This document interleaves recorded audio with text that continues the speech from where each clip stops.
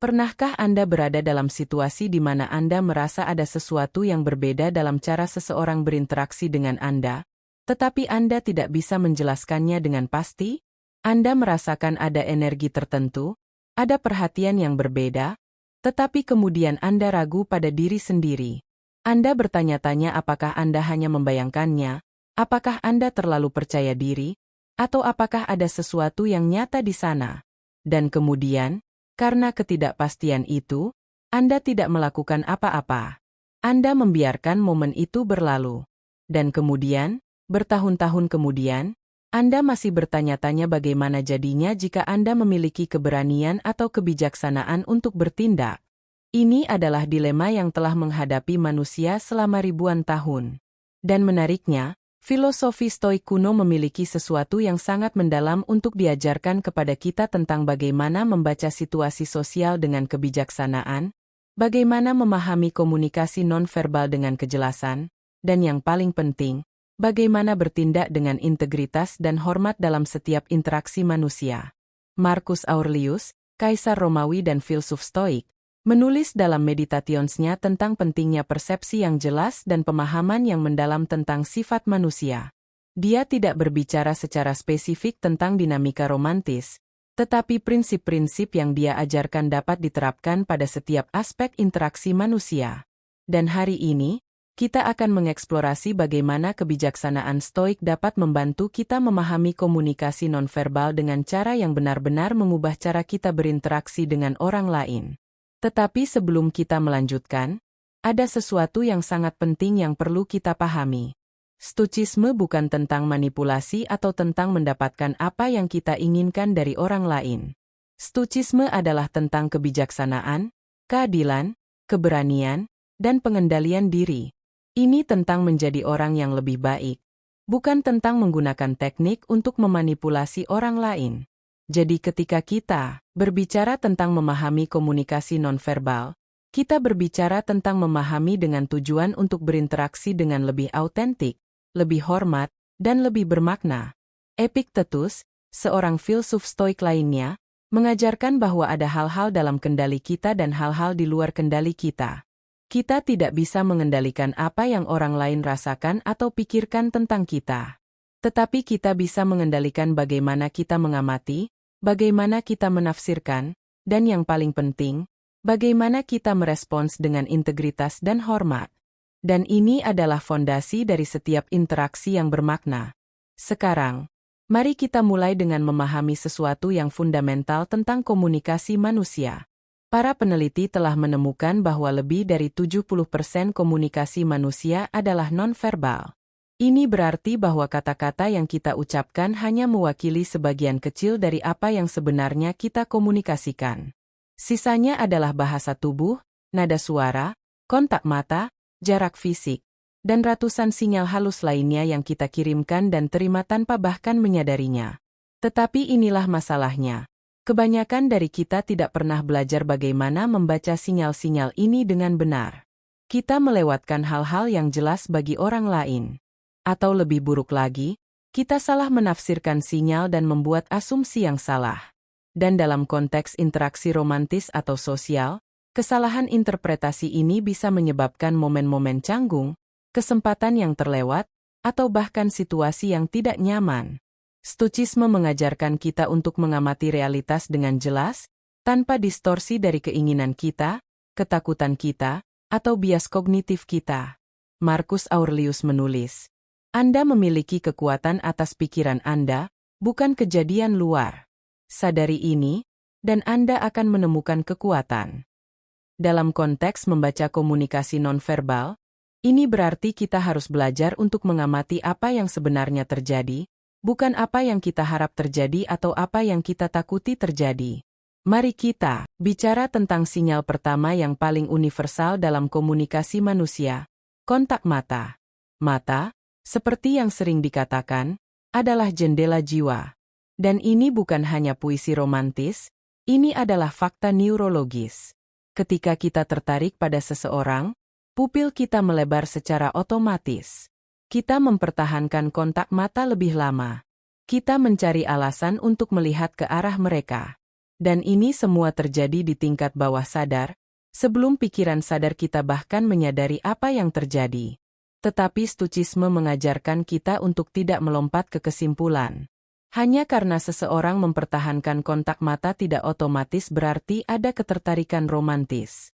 Mereka mungkin hanya orang yang sangat fokus dalam percakapan. Mereka mungkin berasal dari budaya di mana kontak mata yang kuat adalah tanda rasa hormat.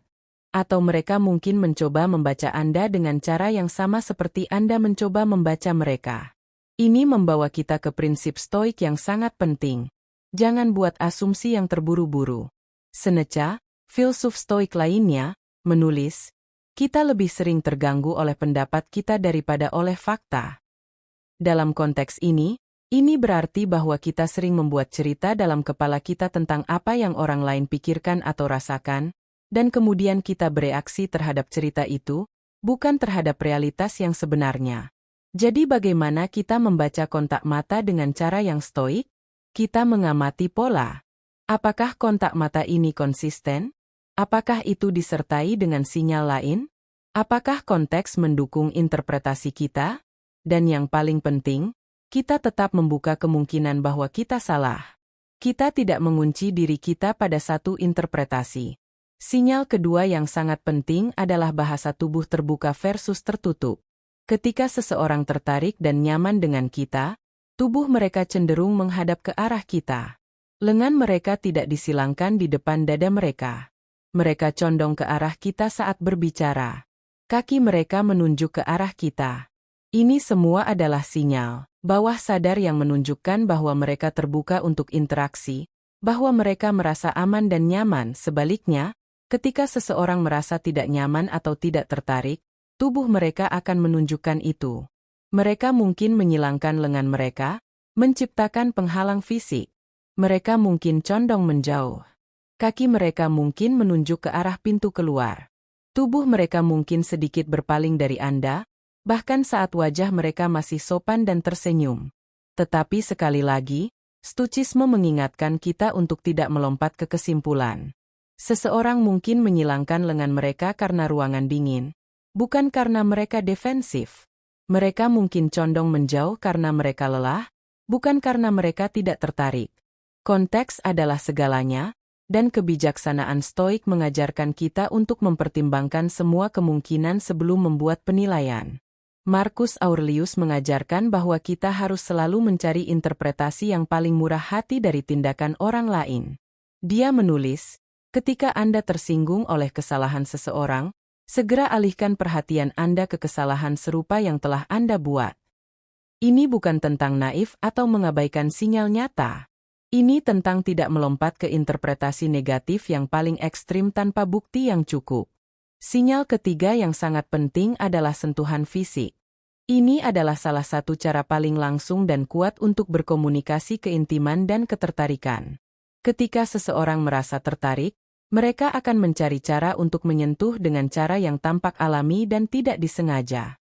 Sentuhan ringan di lengan saat berbicara. Menyingkirkan sesuatu dari bahu Anda. Menyentuh tangan Anda saat tertawa pada lelucon Anda. Ini semua adalah cara untuk menciptakan koneksi fisik dan menguji apakah Anda akan merespons positif terhadap sentuhan mereka. Tetapi inilah di mana kebijaksanaan stoik menjadi sangat penting. Kita hidup di era di mana batasan pribadi sangat penting, dan dengan alasan yang baik. Tidak semua sentuhan adalah undangan atau sinyal ketertarikan. Beberapa orang secara alami lebih taktile daripada yang lain. Beberapa budaya lebih nyaman dengan sentuhan fisik dalam konteks platonis. Seneca mengajarkan bahwa kebijaksanaan sejati terletak dalam membedakan antara apa yang tampak dan apa yang sebenarnya. Dalam konteks sentuhan fisik, ini berarti kita harus memperhatikan tidak hanya fakta sentuhan itu sendiri, tetapi juga konteks, frekuensi, jenis sentuhan, dan yang paling penting, bagaimana orang itu bereaksi setelahnya. Apakah mereka mempertahankan sentuhan atau menarik diri dengan cepat? Apakah mereka terlihat nyaman atau canggung? Dan prinsip stoik yang paling penting di sini, jika ragu, hormati batasan. Epictetus mengajarkan bahwa kebajikan adalah satu-satunya kebaikan sejati, dan menghormati otonomi dan batasan orang lain adalah bagian fundamental dari kebajikan. Lebih baik melewatkan kesempatan romantis daripada membuat seseorang merasa tidak nyaman atau dilanggar.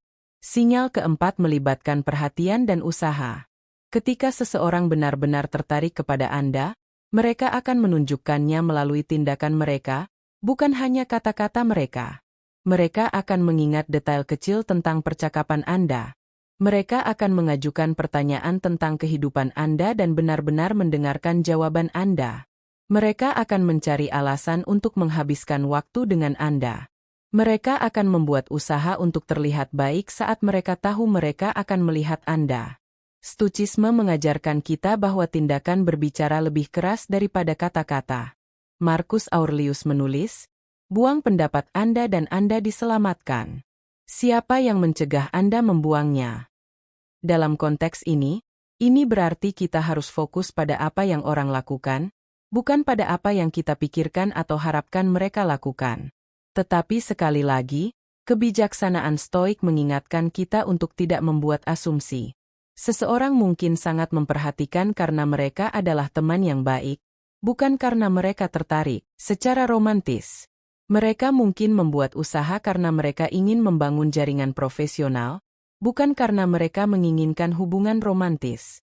Kita harus membedakan antara kebaikan umum, persahabatan platonis, dan ketertarikan romantis, dan ini memerlukan pengamatan yang cermat dan kejujuran dengan diri sendiri. Sinyal kelima, dan mungkin yang paling halus, melibatkan energi dan antusiasme. Ketika seseorang tertarik kepada Anda, ada kualitas energi tertentu dalam interaksi mereka dengan Anda. Mereka terlihat lebih hidup saat berbicara dengan Anda. Mereka tertawa lebih mudah pada lelucon Anda. Suara mereka mungkin menjadi sedikit lebih tinggi atau lebih lembut. Mereka tampak lebih bersemangat dan terlibat dalam percakapan dengan Anda dibandingkan dengan percakapan dengan orang lain. Ini adalah sinyal yang sangat sulit untuk dipalsukan karena ini melibatkan respons fisiologis otomatis. Ketika kita tertarik pada seseorang, sistem saraf kita merespons. Jantung kita berdetak sedikit lebih cepat. Kita menjadi lebih waspada dan fokus. Dan ini terpancar dalam energi keseluruhan kita. Tetapi stoicisme mengajarkan kita untuk tidak terperangkap dalam interpretasi yang diinginkan dari pengamatan kita. Seneca menulis, kita lebih sering ketakutan daripada dilukai, dan kita lebih menderita dalam imajinasi daripada dalam kenyataan. Sebaliknya juga benar, kita sering berharap lebih banyak dalam imajinasi daripada dalam kenyataan. Seseorang mungkin tampak bersemangat karena mereka adalah orang yang secara alami antusias. Mereka mungkin tertawa pada lelucon Anda karena mereka memiliki selera humor yang baik, bukan karena mereka tertarik secara romantis. Sekali lagi, konteks dan pola adalah kunci. Apakah energi ini konsisten dan eksklusif untuk interaksi mereka dengan Anda? Atau apakah mereka seperti ini dengan semua orang? Sekarang, inilah bagian yang paling penting dari seluruh diskusi ini, dan ini adalah di mana kebijaksanaan stoik benar-benar bersinar. Karena bahkan jika Anda belajar untuk membaca semua sinyal ini dengan sempurna, bahkan jika Anda menjadi ahli dalam komunikasi nonverbal, ada satu prinsip stoik yang harus selalu memandu tindakan Anda: hormat dan integritas. Epictetus mengajarkan bahwa kita tidak bertanggung jawab atas apa yang kita rasakan, tetapi kita sepenuhnya bertanggung jawab atas bagaimana kita bertindak. Anda mungkin merasakan ketertarikan yang kuat terhadap seseorang. Anda mungkin membaca sinyal yang menunjukkan bahwa ketertarikan itu mungkin timbal balik. Tetapi bagaimana Anda bertindak berdasarkan informasi itu adalah yang menentukan karakter Anda. Pendekatan stoik terhadap interaksi romantis atau sosial bukanlah tentang strategi atau manipulasi. Ini tentang menjadi orang yang terbaik yang Anda bisa menjadi dan kemudian membiarkan chips jatuh di mana mereka mungkin.